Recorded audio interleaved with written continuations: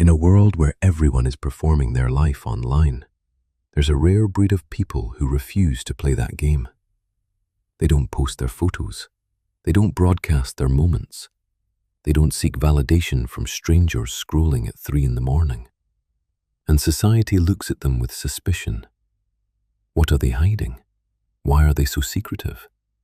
Are they antisocial? Let me tell you what they actually are. Free.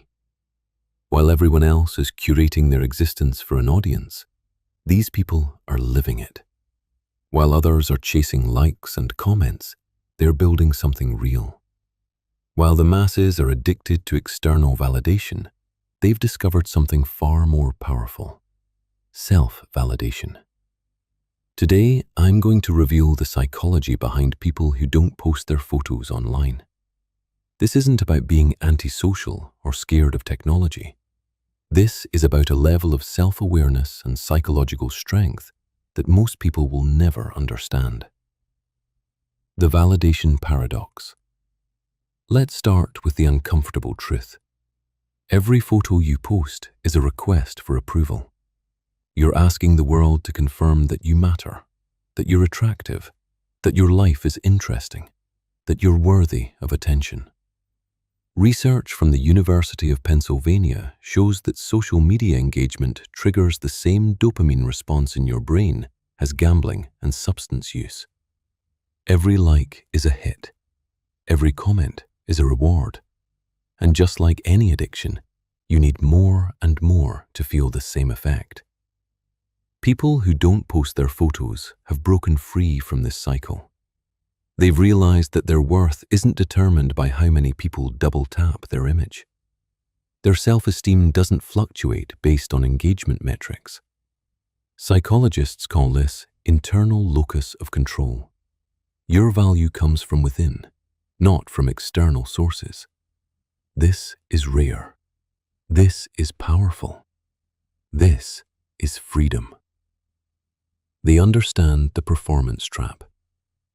Every photo posted online is a performance. You're not sharing reality. You're sharing a carefully edited version of reality designed to create a specific perception.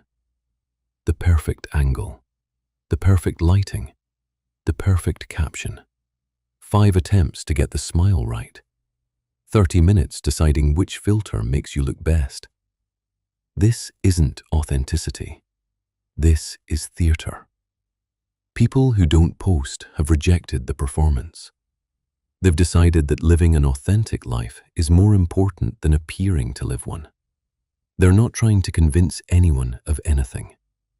Studies in behavioral psychology show that people who constantly perform for others gradually lose touch with their authentic selves. You become so focused on how you appear that you forget who you actually are. Not posting isn't about hiding. It's about refusing to reduce your existence to a highlight reel designed for consumption. The privacy premium. Here's something the social media generation doesn't understand. Privacy is power. Mystery is magnetic. When everyone knows everything about you, you lose leverage, you lose intrigue, you lose control. Ancient Stoic philosophers understood this. Marcus Aurelius wrote in his private journal, never intending for others to see his thoughts. Epictetus taught that true wisdom is often practiced in silence, not broadcast for applause. People who don't post their photos understand that not everything needs to be shared. Some moments are sacred. Some experiences are meant to be felt, not photographed. Some achievements speak for themselves without requiring announcement. Research on self-disclosure shows that people who overshare online often have lower levels of intimate, meaningful relationships offline. When you give everything to everyone, nothing feels special to anyone. Strategic invisibility creates curiosity. Selective sharing creates value. Complete broadcasting creates noise. They've escaped the comparison trap. Social media is a comparison engine disguised as a connection platform. Every scroll is an opportunity to measure your life against someone else's carefully curated fiction. Her vacation looks better. His physique looks better.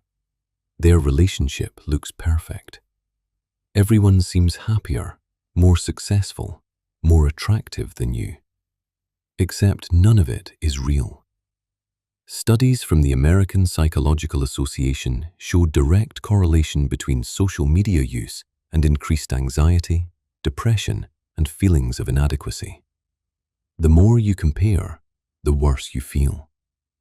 People who don't post have stepped out of the arena entirely.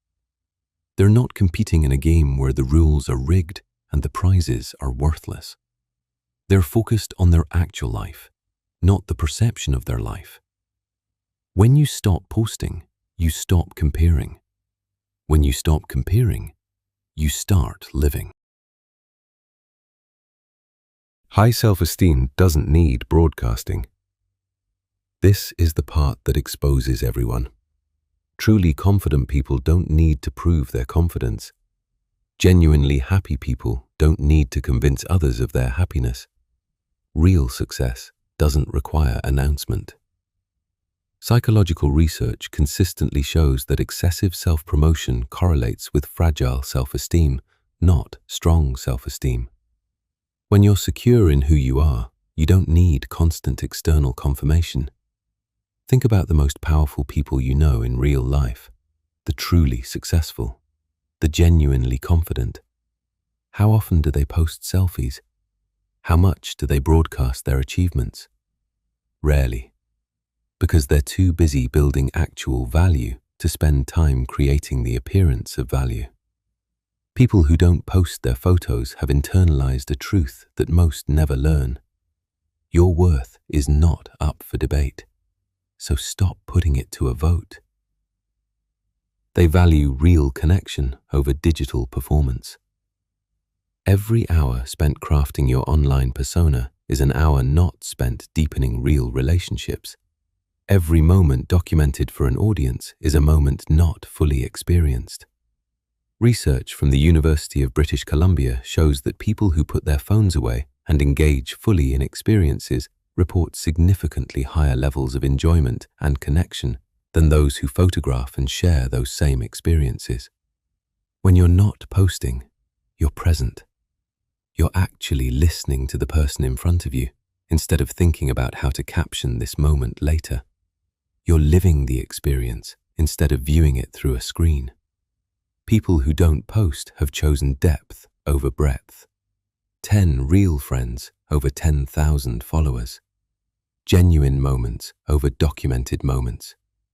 Being there over appearing to be there. The mental space advantage. Think about the mental bandwidth consumed by social media presence. Deciding what to post, editing photos, writing captions, checking responses, worrying about engagement, comparing your metrics to others, managing your image. This is exhausting. This is a part-time job you're not getting paid for. People who don't post have reclaimed this mental space. They're using that energy for things that actually matter. Learning, creating, building, thinking, connecting, growing. Neuroscience research shows that constant context switching between real life and online curation significantly reduces cognitive performance and increases stress hormones. Your brain isn't designed to simultaneously live and broadcast your life. When you stop posting, your mind gets quiet. You're no longer narrating your life for an invisible audience. You're just experiencing it. They understand digital permanence. Everything you post is permanent. Screenshots exist. Archives exist. The internet never forgets. That photo you shared at 23 could resurface when you're 43. People who don't post are protecting their future selves. They understand that today's highlight might be tomorrow's regret.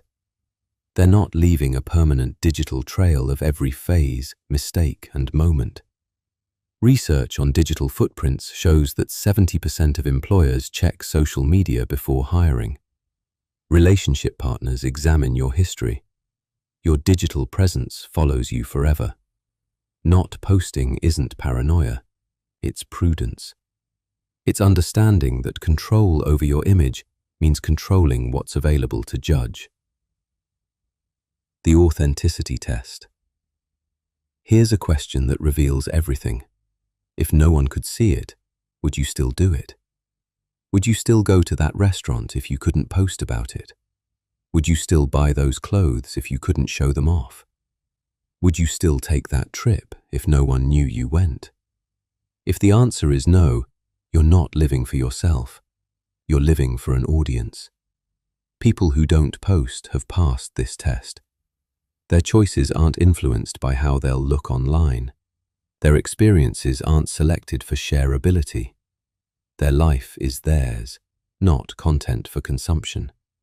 Psychological studies on intrinsic versus extrinsic motivation show that behaviors driven by internal satisfaction are more fulfilling and sustainable than behaviors driven by external approval. They're playing a different game.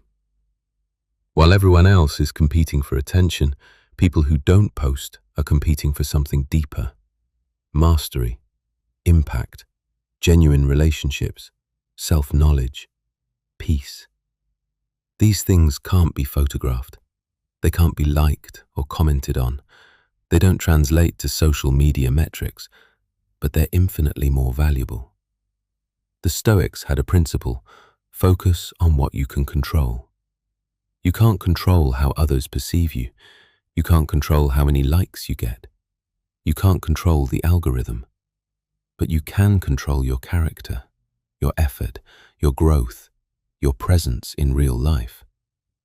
People who don't post have redirected their energy from the uncontrollable to the controllable, from appearance to substance, from perception to reality.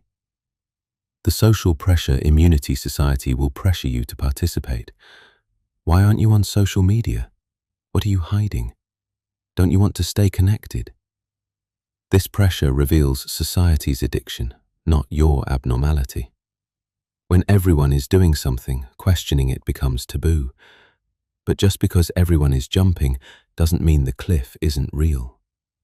People who don't post have developed immunity to social pressure.